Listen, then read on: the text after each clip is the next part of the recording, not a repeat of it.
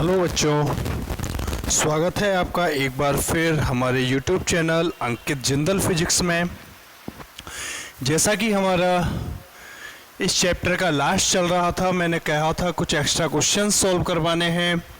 तो आज मैं इसका क्वेश्चन नंबर 2 ले रहा हूँ। पहला क्वेश्चन मैं आप लोगों को पहले करवा चुका हूँ। जो क्वेश्चन था कि भाई किसी चालक के अंदर विद्युत क्षेत्र का मान सदैव शून्य होता है, क्यों? उसको प्रूव कर दिया था हम लोगों ने। आज हम लोग इसका दूसरा क्वेश्चन लेते हैं। वो दूसरा क्वेश्चन क्या है कि किसी चालक की सतह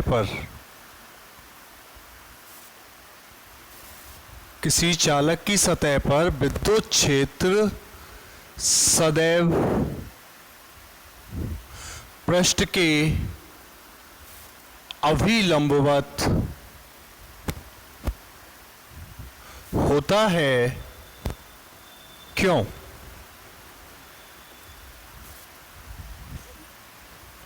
क्या क्वेश्चन है कि किसी चालक की सतह पर विद्युत क्षेत्र सदैव पृष्ठ के अभिलंबवत होता है, क्यों? अब हम लोग देखें तो कोई मान लो ये चालक है और उसकी सरफेस है जिसको मैंने कोई चार्ज दे रखा है प्लस क्यू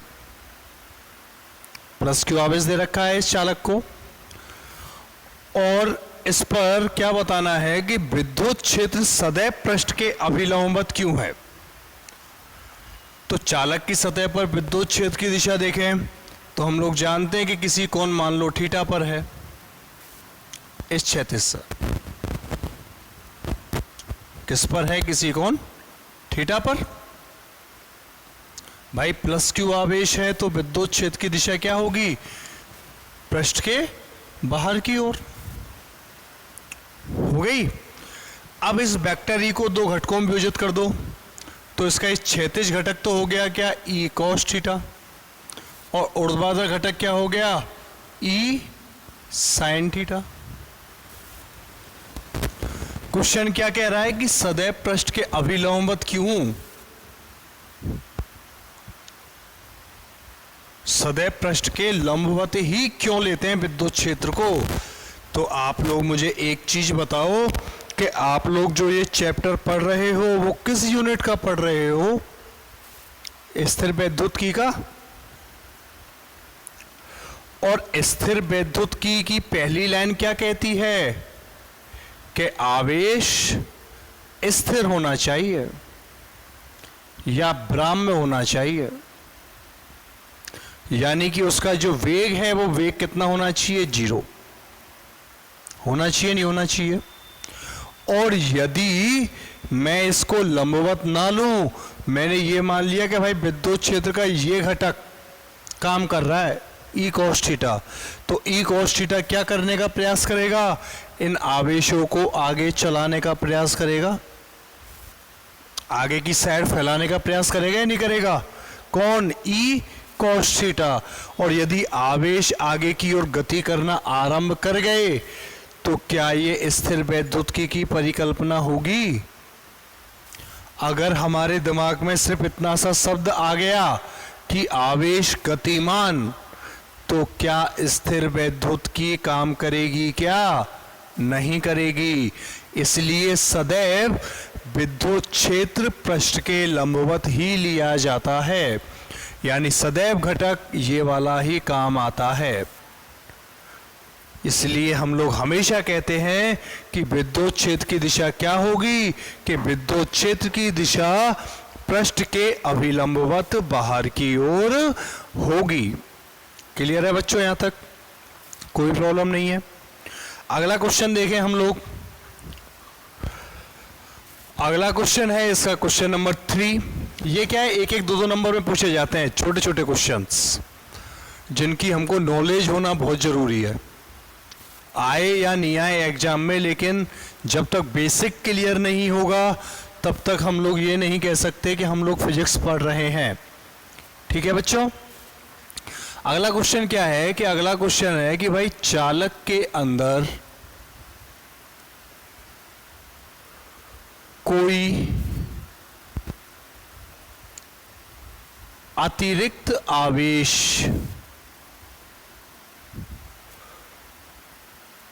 उपस्थित नहीं होता। क्यों?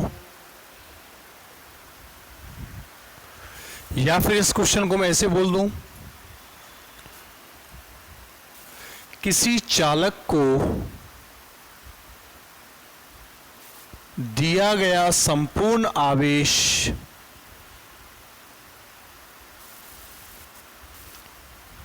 उसके बाह्य पृष्ठ पर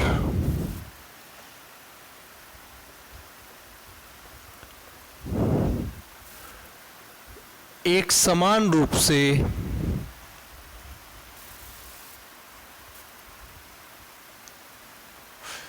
वितरित हो जाता है। क्यों? क्वेश्चन दो तरीके से पूछा जा सकता है। ये पहला जो क्वेश्चन पूछने का तरीका है वो ये है कि भाई किसी चालक के अंदर कोई अतिरिक्त आवेश उपस्थित नहीं है। क्यों नहीं है भाई? और दूसरा जो तरीका है क्वेश्चन पूछने का, वो दूसरा तरीका है कि किसी चालक को दिया गया संपूर्ण आवेश उसके बाह्य पृष्ठ पर एक समान रूप से वितरित हो जाता है या फैल जाता है। क्यों? रीजन लो, देखते हैं भाई। मान लिया मैंने कोई एक चालक है,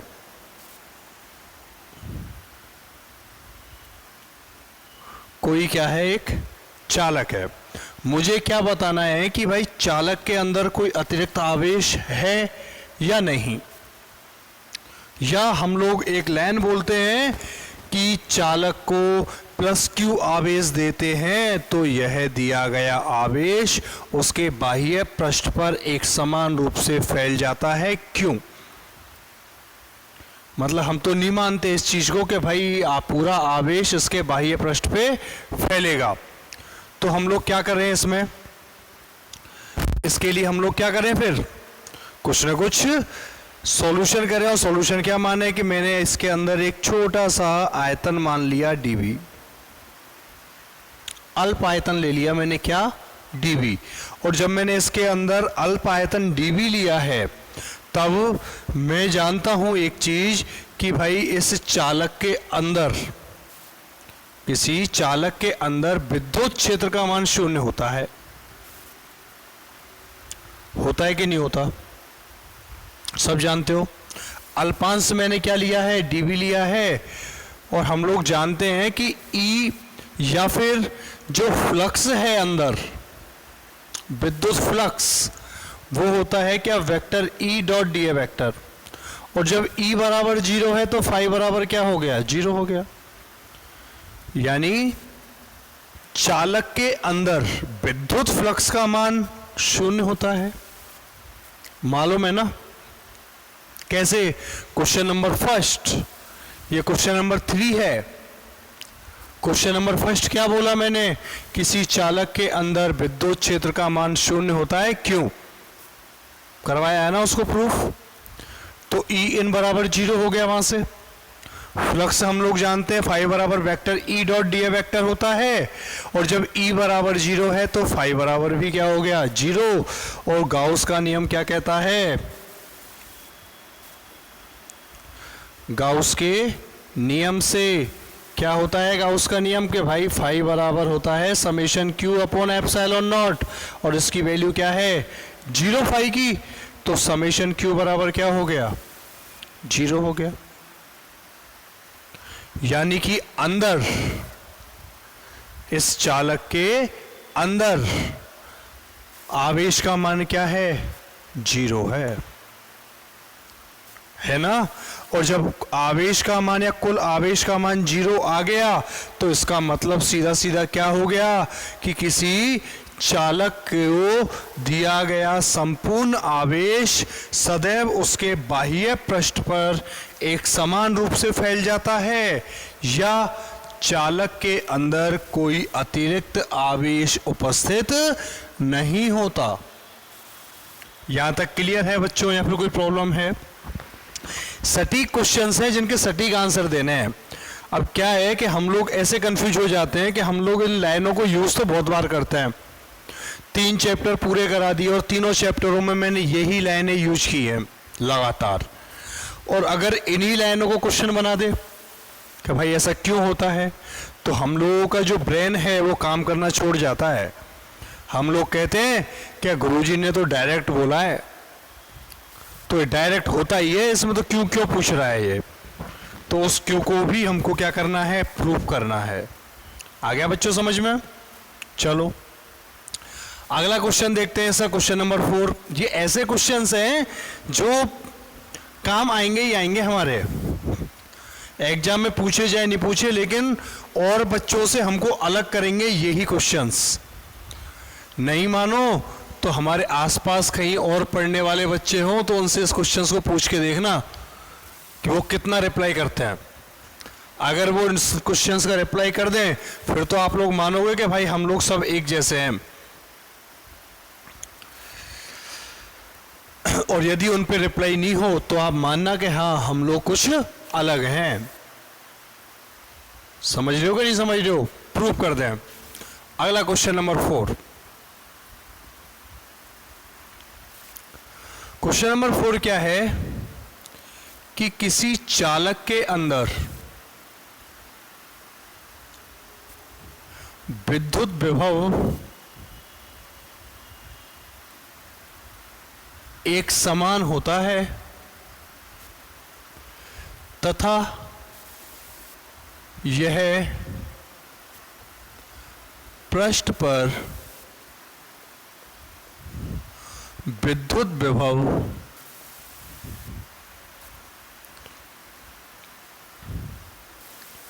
के समान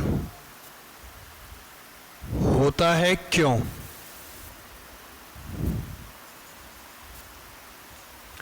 क्या क्वेश्चन बोला मैंने? पढ़ाया ना, पूरे चैप्टर में प्रूव किया है इसको कि भाई किसी चालक के अंदर विद्युत विभव का मान एक समान होता है तथा यह सतह पर विद्युत विभव के बराबर होता है। अलग अलग कर लो के बराबर होता है, क्यों? क्या आंसर दोगे आप इसका? देखो मैं आंसर बताता हूं आपको। ये चालक है मेरा। चालक के अंदर आप लोग जानते हो कि ई एन बराबर क्या होता है? 0 होता है। विद्युत क्षेत्र का मान 0 होता है चालक के अंदर, होता है ना। अब जब चालक के अंदर विद्युत क्षेत्र का मान 0 होता है तो किसी आवेश को एक बिंदु से दूसरे बिंदु तक ले जाने में किए गए कार्य का मान 0। जब विद्युत क्षेत्र अप्लाई नहीं हो रहा, E बराबर 0 है, तो dW बराबर क्या होता है? dW बराबर क्या होता है? B बराबर W अपॉन Q, तो B डॉट DQ होता है ना।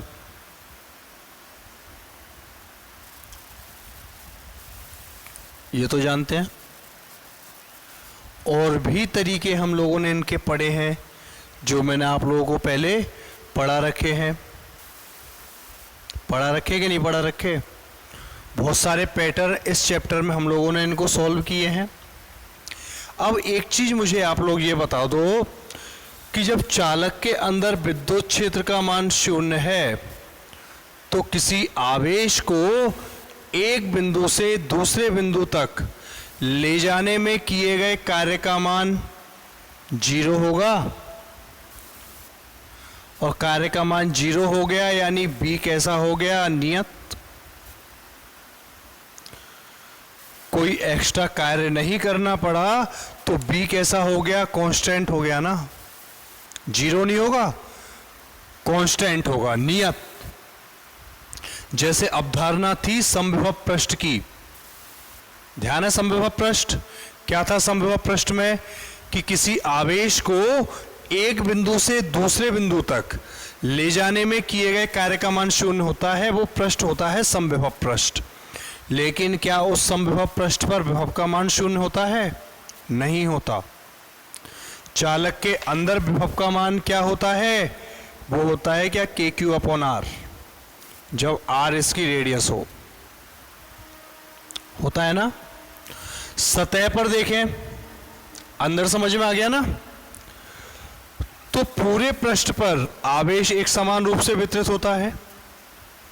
पहले ही पढ़ाया मैंने, किसी चालक को दिया गया संपूर्ण आवेश उसके बाह्य पृष्ठ पर एक समान रूप से फैल जाता है। जब आवेश एक समान रूप से फैल गया तो किसी आवेश को एक बिंदु से दूसरे बिंदु तक ले जाने में किया गया कार्य, वो भी क्या हो जाएगा? जीरो। क्यों? आवेश एक समान है, और आवेश एक समान है तो पूरे पृष्ठ पर विद्युत क्षेत्र का मान एक समान हो गया ना।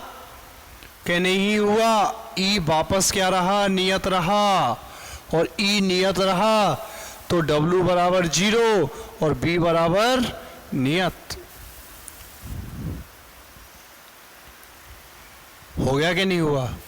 ऐसा कतई जरूरी नहीं है कि यदि इसको ध्यान रखना E बराबर 0 हो तो B बराबर 0 हो या ना हो, कोई आवश्यक नहीं है। ये चीज, इस चीज की कतई कोई संभावना नहीं है, और कोई जरूरत नहीं है कि E 0 होगा तो B 0 होगा, नहीं। चालक के अंदर देख लो, चालक के अंदर E तो 0 होता है लेकिन B 0 नहीं होता। B बराबर क्या होता है? के क्यू अपॉन आर होता है ना। तो क्वेश्चन का आंसर मिल गया, कहने मिला। क्या आंसर है? किसी चालक के अंदर विद्युत विभव का मान एक समान होता है। होता है। क्यों होता है? क्योंकि चालक के अंदर विद्युत क्षेत्र का मान 0 होता है, और यह सतह पर विभव के बराबर होता है। होता है।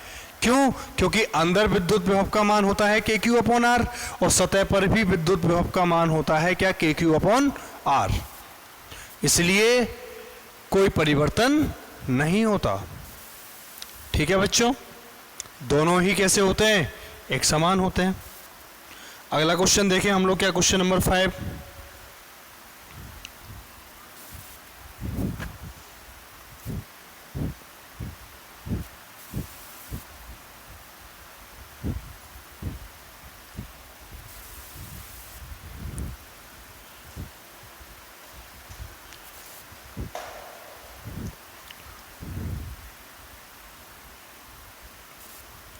किसी चालक की सतह के निकट विद्युत क्षेत्र sigma upon epsilon naught dot n cap होता है। क्यों?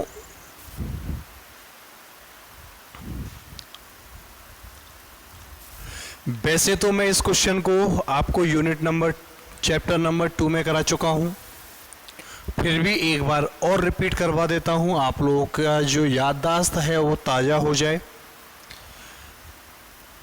ये मैंने कोई चालक ले लिया, इसके निकट स्थित किसी बिंदु पर, तो निकट कोई बिंदु है, बिंदु P। इस पर मुझे क्या करना है? विद्युत क्षेत्र का मान ज्ञात करना है। तो मैं क्या करता हूं, यहां से लेके यहां तक एक बेलनाकार गाउसियन पृष्ठ की कल्पना कर लेता हूं।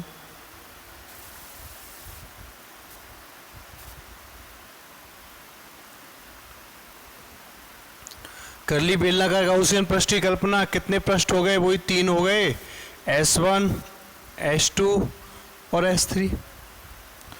चालक है तो पूरे के ऊपर आवेश एक समान है, मान लो प्लस Q आवेश है। इसको मैं ज़्यादा समझा नहीं रहा हूँ। क्यों? क्योंकि मैं इसको चैप्टर नंबर 2 में बहुत बार समझा चुका हूँ, इसलिए मुझे आवश्यक महसूस नहीं हो रही इसकी आवश्यकता कि मैं इसको वापस उसी तरीके से समझाऊं जैसे पहले समझाए थे। ठीक है बच्चों, इस पॉइंट पे देखें, प्लस Q आवेश है तो विद्युत क्षेत्र बाहर की ओर। रिमेनिंग क्षेत्रफल बेलन इस तरीके से है ना। रिमेनिंग क्षेत्रफल क्या है? यही तो है, हो जाएगा। यही तो आ रहा है रिमेनिंग इस तरीके से। H2 पे देखोगे तो विद्युत क्षेत्र तो बाहर और क्षेत्रफल लंबवत। H2 पे देखोगे आप लोग तो विद्युत क्षेत्र की दिशा जरूरत ही नहीं है, दिमाग आ गया ना, क्योंकि अंदर विद्युत क्षेत्र का मान क्या होता है, 0 होता है ना। यदि पूरे पृष्ठ पर प्लस क्यू आवेश है, यदि पृष्ठ आवेश घनत्व सिग्मा है तो कुल आवेश क्या हो गया, समेशन ऑफ क्यू बराबर सिग्मा इंटू ए। कुल आवेश कितना हो गया इस पृष्ठ के ऊपर, सिग्मा इंटू ए हो गया।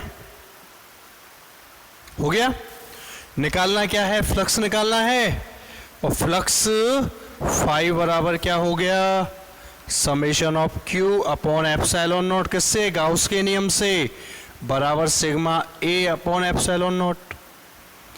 थ्योरी पूरी वही आएगी जो पहले आ चुकी है। फाई की वैल्यू लिखो तो हम लोग इसको डाल दो क्या, समीकरण नंबर 1,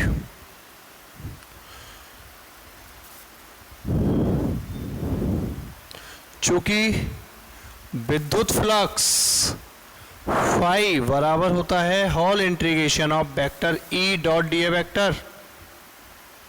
सरफेस कितनी है, 3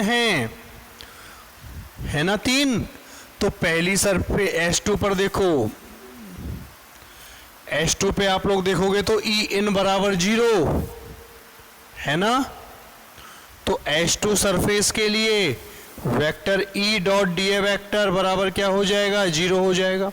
चलो एक बार इसको पूरे को तोड़ लो आप, फिर आप लोग ये कहोगे सर हवा में ले गए। एस सरफेस को 3 हिस्सों में तोड़ दिया, surface S1 vector E dot d A vector, surface S2 vector E dot d A vector, surface S3 vector E dot d A vector. टूट गया। और तोड़ सकते हैं, vector A dot vector B, बच्चे सब जानते हैं, A B cos theta. S2 के लिए भी ई d A cos theta, S3 के लिए भी ई डी ए कॉस थीटा। हो गया ना। अब देखो आप लोग सरफेस S1 पे देखो, सरफेस S1 पर वेक्टर E और DA वेक्टर दोनों सेम डायरेक्शन में हैं, समांतर है DA वेक्टर के, समांतर है तो थीटा बराबर क्या है, 0 डिग्री। तो cos थीटा बराबर cos 0 का मान क्या हो गया, 1 हो गया। H2 पे देखो, H2 पे क्या है, E इन बराबर 0, डायरेक्ट 0 में गया। S3 पे देखो तो वेक्टर E लंबवत है DA वेक्टर के, तो थीटा बराबर 90 और cos थीटा बराबर cos 90 बराबर क्या हो गया, 0। तो देखो S1 तो बच गया, H2 कहाँ गया 0 में, S3 भी कहाँ गया 0 में। तो फाई बराबर क्या हो गया, whole integration of E d A, cos theta किस में गया, 1 में।